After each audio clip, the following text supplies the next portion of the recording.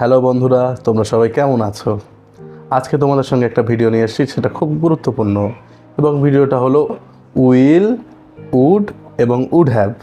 এই will, would এবং would হ্যাভের মধ্যে পার্থক্যে অনেকেই ভোগে।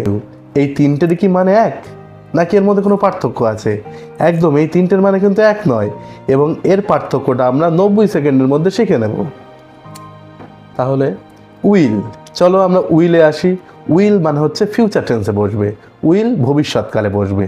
যদি বলি I will come here tomorrow, তাহলে এখানে আমি আগামীকাল আসবো, এইটার দ্বারা উইল বোঝাচ্ছি। তাহলে কি বললাম, উইল আমরা ব্যবহার করব ফিউচার টেন্সে। দ্বিতীয় আসছি উড। উডের ব্যবহার আমরা মাথায় রাখবো, এক হচ্ছে উড বসে পোলাইট রিকোয়েস্ট, বিনম্র অনুরোধ। যেমন বিনম্র অনুরোধের ক্ষেত্রে আমরা কি ব্যবহার করতে পারি, would you give me, would you lend me your mobile, would you give me the water পট।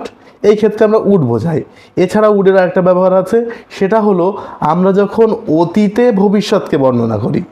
অতীতে ভবিষ্যৎ, যেমন যদি বলা হয়, আমি বললাম if I were you, if I were you, যদি আমি তুমি হতাম, আই উড ডু দ্যাট, আমি এটা করতাম।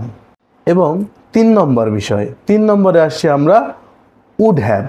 আমরা সবার প্রথমে মাথায় রাখবো, উড হ্যাভের সঙ্গে সবসময় ভার্বের থার্ড ফর্ম মানে পাস্ট পার্টিসিপেল বসে। অতীতে কোনো কাজ করা হয়নি, করার কথা ছিল, এমন ক্ষেত্রে আমরা উড হ্যাভ ব্যবহার করতে পারি। যেমন বলা যায় I would have helped you if I had known the matter. তার মানে কি, আমি তোমাকে সাহায্য করতাম যদি আমি বিষয়টা জানতাম, তার মানে যে কাজটা হয়নি। তাহলে আমি এগুলো সাম আপ করে দিচ্ছি। উইল মানে হলো ফিউচার টেন্স, উড মানে হলো পোলাইট রিকোয়েস্ট আর ইমাজিনারি সিচুয়েশন ইন ফিউচার, এবং উড হ্যাভ হলো it didn't happen or I couldn't do that, অর্থাৎ আমি কোনো কাজ করতে পারিনি, সেই ক্ষেত্রে আমরা উড হ্যাভ ব্যবহার করব। তো এরকম মজার ভিডিও নিয়ে তোমাদের সঙ্গে নেক্সট ভিডিওয়ে আবার দেখা হচ্ছে।